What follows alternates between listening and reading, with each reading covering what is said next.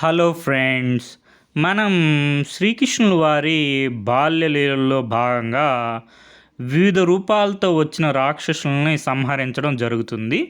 దాని మీద మనకి క్వశ్చన్ వచ్చిందనమాట. Attach the following demons to their forms. మనకి ఇక్కడ వివిధ రాక్షసుల పేర్లు ఇచ్చారు, వారి యొక్క రూపాలతో జతపరచమని క్వశ్చన్ అడిగారనమాట. మనకి మొదట చూసుకుంటే వత్సాసుర మనకి లేగదూడ రూపంలో అంటే కాఫ్ రూపంలో వస్తారనమాట. తర్వాత బకాసుర బక అంటే కొంగ అనమాట. బకాసుర లార్జ్ స్ట్రోక్ అంటే కొంగ రూపంలో వస్తారు.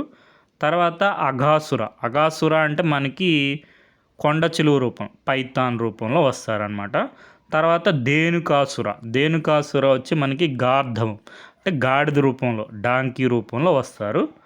4కి ఏ అంటే మనకి ఆన్సర్ వచ్చి 1 అనమాట. ఆన్సర్ మనకి 1. 1 బి వత్సాసుర లేగదూడ రూపంలో, బకాసుర కొంగ రూపంలో, అఘాసుర కొండచిలువ రూపంలో, ధేనుకాసుర గార్ధవం గాడిద రూపంలో వస్తారనమాట. మనకి ఇక్కడ శ్రీకృష్ణుల వారి బాల్యలీలలు దుష్ట సంహారంలో భాగంగా వివిధ రాక్షసులు వారి యొక్క రూపాలు మనకి నీట్గా నోట్ చేసుకోండి.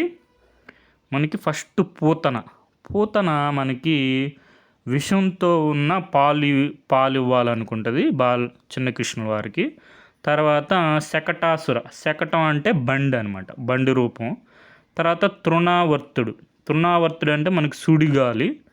తర్వాత నలకుబేరుడు, మణిగ్రీవుడు అని 2 యక్షులు అర్జున వృక్షాల్లాగా ఉంటారనమాట.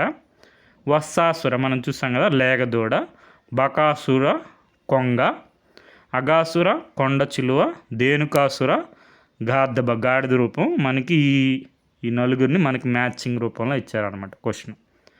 తర్వాత కాళీయుడు అంటే మనకి సర్పం అనమాట. ప్రళంబాసురుడు, నెక్స్ట్ వ్యోమాసురుడు కూడా గోపబాలుల రూపంలో వస్తారు.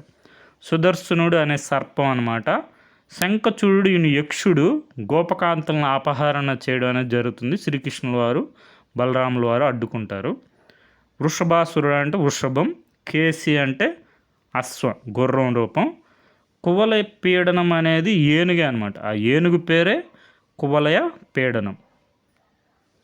మనకి ఈ విధంగా శ్రీకృష్ణుల వారి బాల్యలీలలు దుష్ట సంహారం మనకి ఇక్కడ నీట్గా ఉంటుంది చూడండి. ఇది మనకి బకాసుర వధ. పెద్ద లార్జ్ స్ట్రోక్ అని కొంగ రూపంలో ఉంటారు బకాసుర.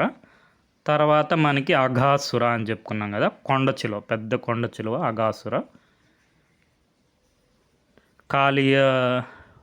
కాళీయ మర్దనం, ఇది గోవర్ధనగిరి పర్వతాన్ని ఎత్తడం.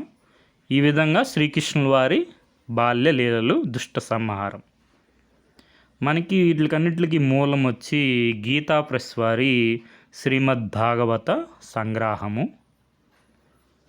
Okay friends, thank you for watching.